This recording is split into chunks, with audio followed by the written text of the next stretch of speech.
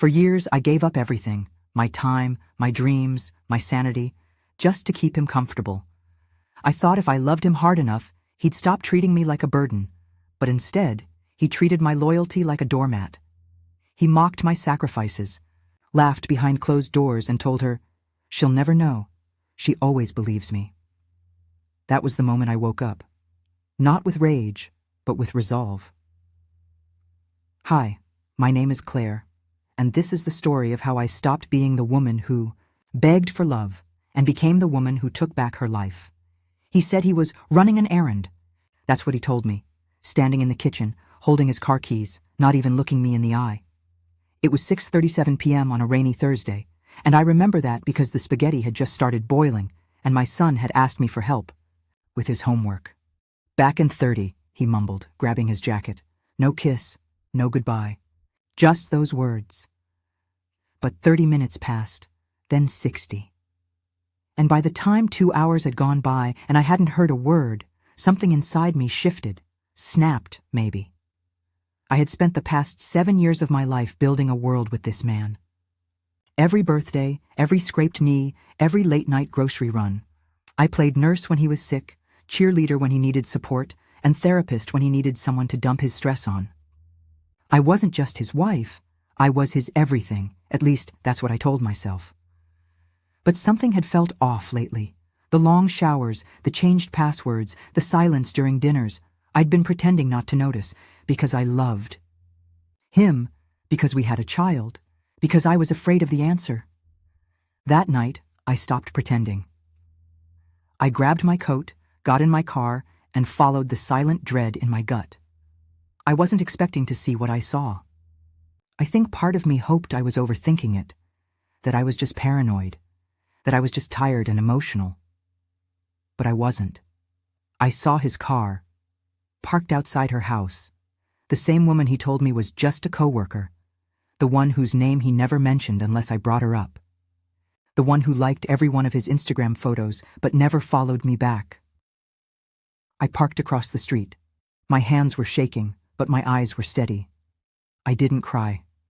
I didn't scream. I just watched.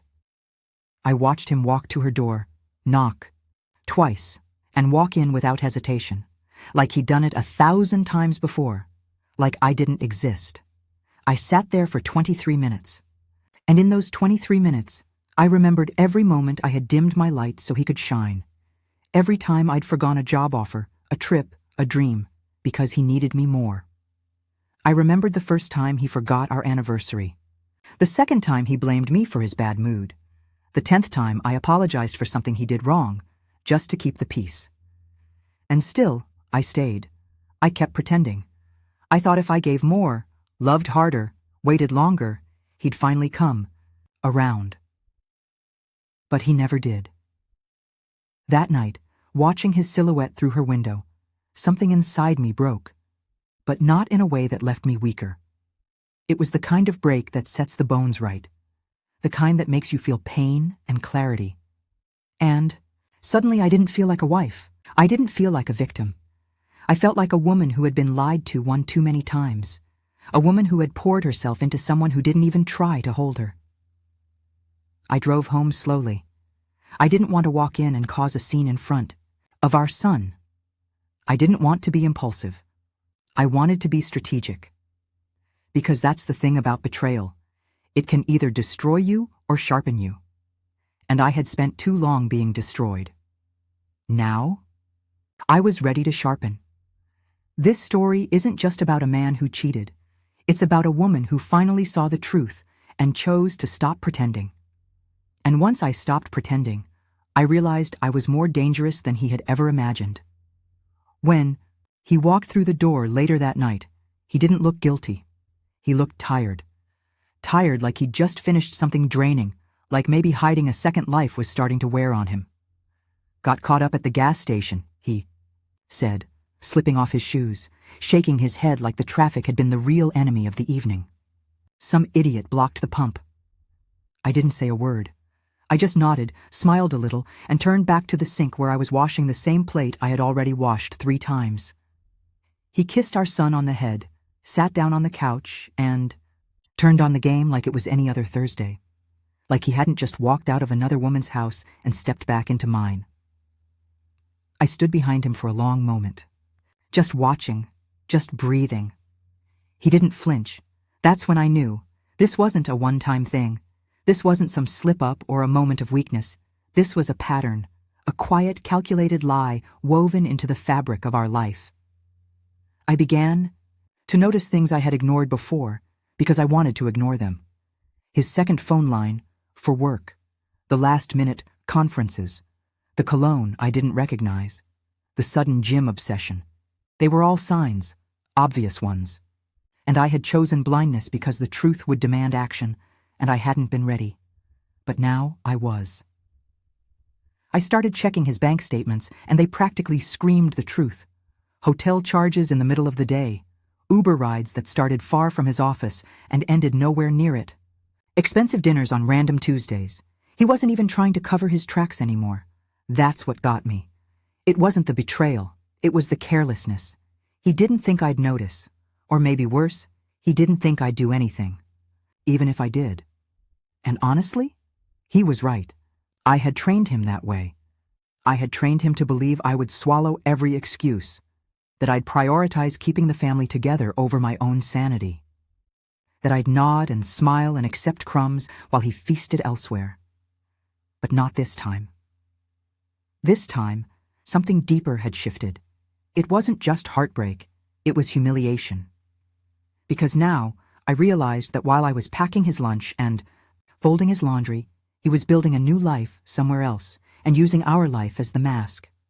He'd look at me across the dinner table with eyes that once made me feel seen, and now I knew those same eyes were looking at her too. Whispering the same lines, promising the same forever. He was lying to two women, maybe more, but only one of us was done playing dumb. I remember the moment it truly hit me, not just the affair, but the depth of the lie. It was when he got a phone call and stepped into the garage to take it. I pressed my ear to the door, not to eavesdrop, but because something in his voice, low, casual, tender, was so foreign to me, I needed to hear it. Yeah, I told her I was at the store. She bought it, she always does. Then a laugh. Soft, cruel. A laugh that cut through my spine like a blade. I walked back to the kitchen slowly, sat down at the table, and stared at the calendar on the fridge. The one with birthdays, bills, school events. The one I managed because he never did. I thought about all the ways I had been keeping this house together. All the parts of myself I had sacrificed so he could feel like a man. And now? He was laughing behind my back like I was a joke, like my love was a weakness, like my trust was just another tool he could use to get what he wanted. He had made his mistake. But mine? Mine was thinking I wasn't capable of revenge. He was about to learn otherwise. At first, I told myself to wait, to stay calm, to think it through before making a move.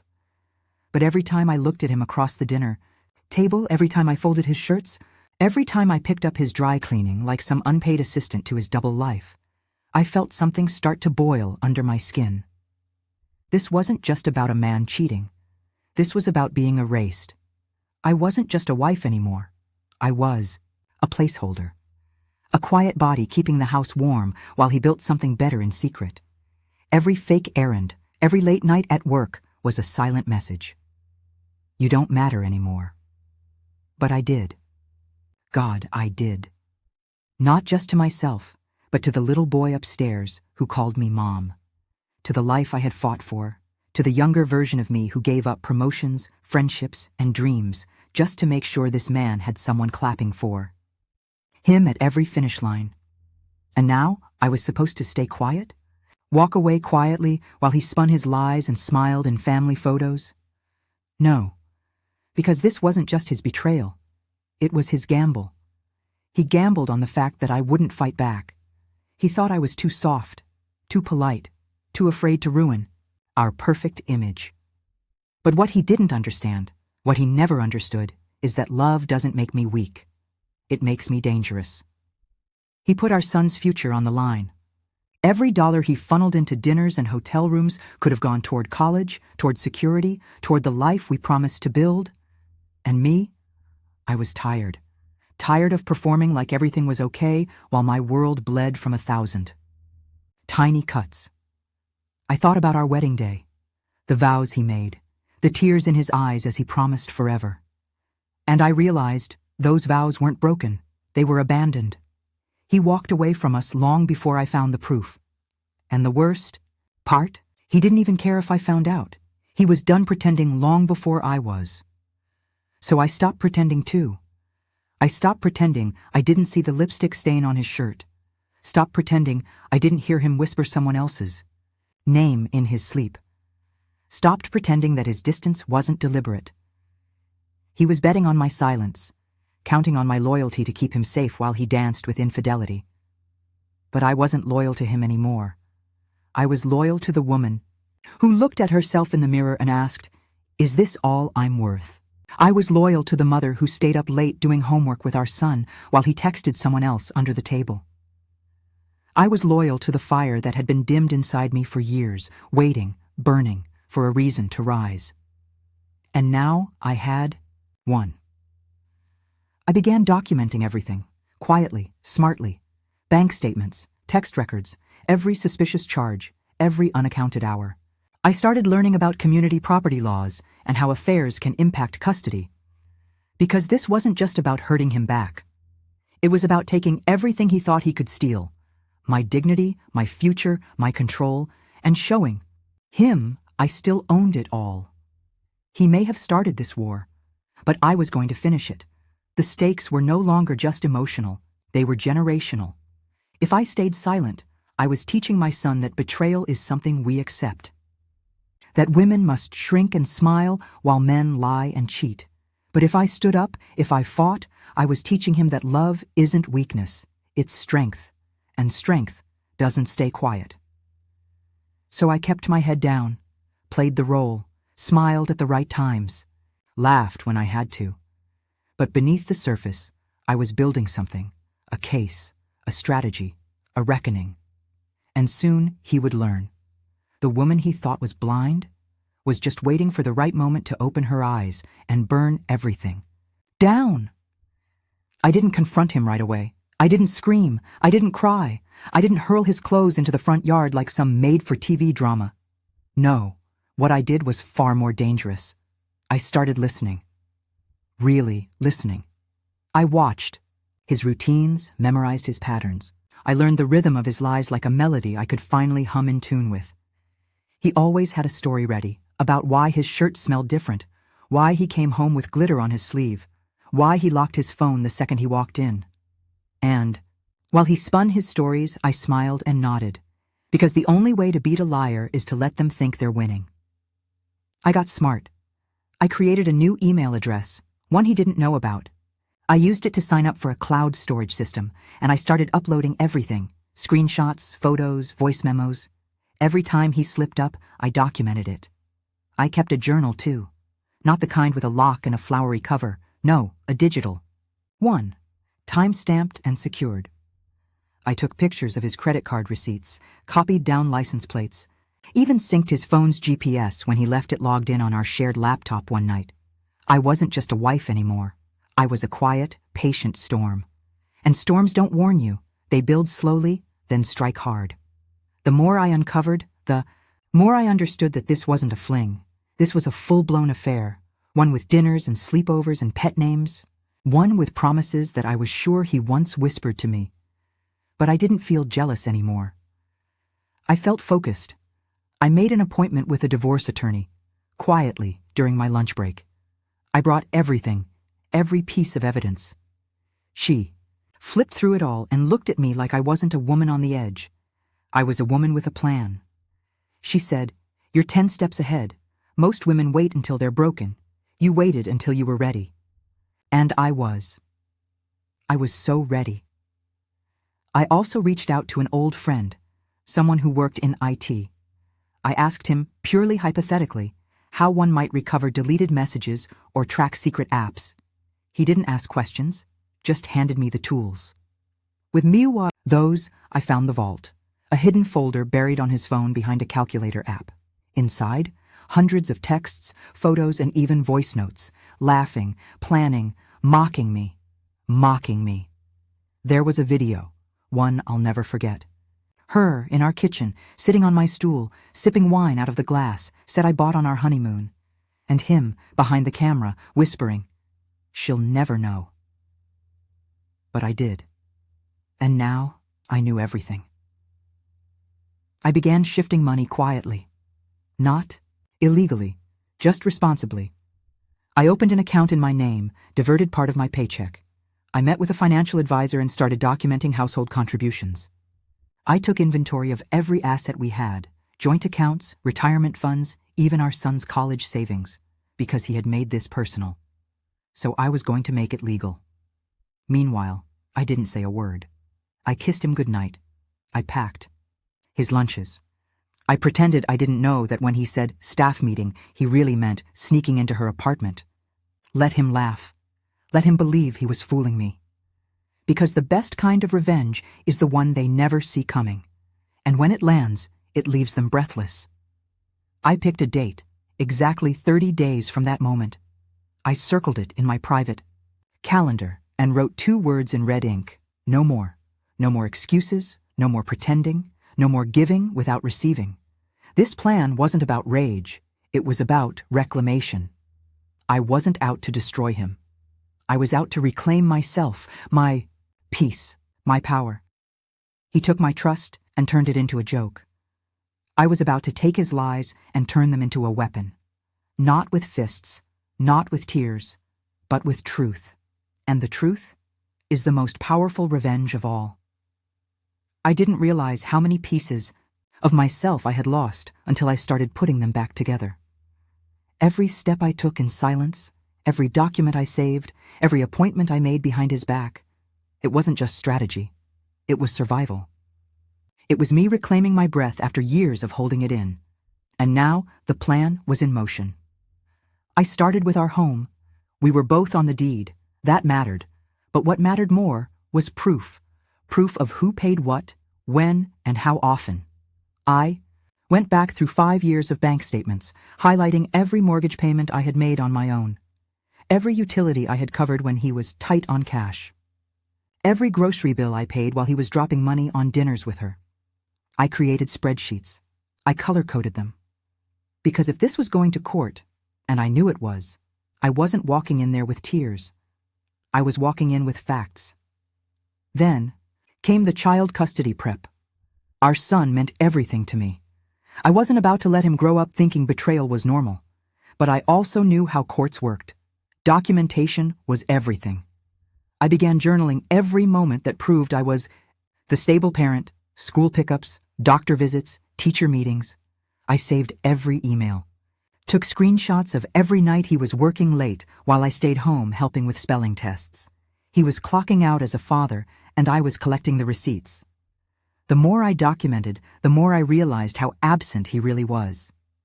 Not just emotionally, but physically, mentally, even financially. He wasn't building a home, he was using it as a backdrop while he lived another life. I also started therapy, not for him, for me. I needed to unpack years of gaslighting, emotional neglect, and self-abandonment.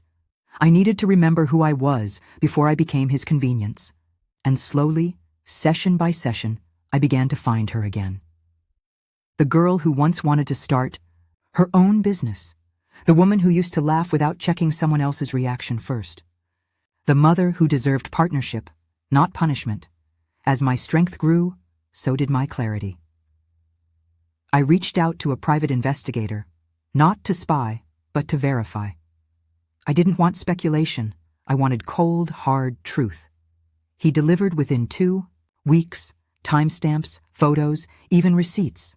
The man I married was practically living a double life. Weekend trips, hotel stays, even jewelry I'd never seen before. Gifts for her. And then, I got lucky. One night while he was asleep, his phone lit up. It was her. A message preview popped up. "Can't wait to see you tomorrow, baby. Same time?" I clicked it.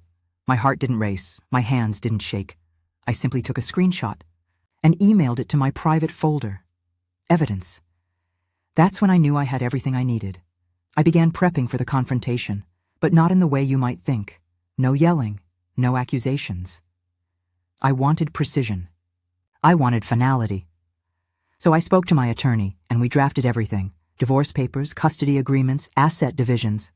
I would confront him the moment everything was ready to file. No warning, no negotiation, just delivery. I arranged for a friend to take our son for the weekend. I didn't want him around for what was coming. I needed to protect him from that last explosion of truth. And finally, after weeks of quiet planning, I stood in front of the mirror one morning, looked into my own eyes, and asked myself, "Are you ready?" And for the first time in years, I answered yes without hesitation. Because this wasn't about revenge anymore. It was about ending the performance. He had been acting for too long, and I'd been the unpaid extra in a play called Perfect Marriage that he never took seriously. But now I had the script, I had the truth, and most importantly, I had the courage to walk away from his chaos and choose peace. The next 24 hours would change everything. But I wasn't afraid. I was done being afraid. The morning of the confrontation, everything felt still. Almost too still. He was sitting at the kitchen table, sipping coffee, scrolling through his phone, like he hadn't gutted the life we'd built with a smile and a lie. Like I hadn't already filed the papers that would unravel every secret he thought he buried deep enough to stay hidden. I stood in the doorway for a moment, just watching him. There was no hatred in me, no panic, just clarity. "Hey," I said calmly. "Can we talk?" He looked up, mildly annoyed. "Now? I have a call in 10. I nodded. "This won't take long." I sat across from him, slid a sealed envelope across the table, and said 3 words. "I know everything." His eyebrows furrowed, his hand hovered over the envelope. "What's this?" "Open it." He did. Slowly, his face drained of color as he flipped through the documents, photos, messages, timestamps, bank records, legal paperwork with my attorney's letterhead. The silence between us was thick, deafening. Finally, he spoke. "This is insane. You're overreacting." "Don't," I interrupted. My voice didn't shake. "Don't insult me by pretending anymore. Don't lie. Don't gaslight. Not today." He laughed, nervously. "We can fix this. You're just hurt. People make mistakes." "Sure," I said, "and people face consequences." He stood up, knocked his chair back, pacing now. The arrogance was peeling off of him like old paint. I could see the panic setting in. "You went through my phone? You tracked me? That's crazy. That's legal," I snapped. "And you should be glad all I did was document. I could have gone public, sent those photos to your job, to her fiancé." He stopped cold. "She's not engaged." "She was, until last night." I let the lie hang there. He didn't need to know I hadn't actually sent anything. Just that I could. He sank back into the chair like the air had been knocked out of him. "This is going to ruin me," he muttered. "No," I said, standing. "You ruined yourself. I'm just done cleaning up after your mess." I left the envelope on the table, walked upstairs, and began packing a small bag for our son. He'd stay with my friend for a few nights while the dust settled. I wasn't going to put him through watching his father unravel. As I zipped the bag, I felt something new. Not sadness, not rage. Relief. I wasn't afraid anymore. I wasn't walking on eggshells, second-guessing my gut, crying in locked bathrooms. I was free. When I came back downstairs, he was still sitting there, still staring at the pile of evidence like it might vanish if he blinked long enough. "I'll be gone for the weekend," I said. "You have until Monday to move your things. After that, I'll have the locks changed." He didn't fight me. He didn't scream or beg. He just nodded, because in that moment, he knew it was over. Not because I was angry, but because I was done. And nothing scares a man more than a woman who is no longer willing to carry his sins on her back. I walked out the door that day with my head high and my heart steady. The sky didn't collapse. The world didn't end. It was just me stepping into a life that finally belonged to me. He lost his safety net, his caretaker, his shield. And I I found my voice, my peace, my freedom. In the weeks that followed, I finalized the divorce, secured full custody, and slowly began rebuilding. Not just my life, but my sense of self. I started taking walks. Again. I joined a book club. I laughed with friends I had ignored for years. I looked in the mirror and saw someone who didn't look broken. She looked reborn. And every now and then, I'd get a message from him. One-line regrets, weak apologies. But I never replied, because this story wasn't about his remorse. It was about my redemption. He lied, he betrayed, he lost, and I stopped pretending, and that changed everything.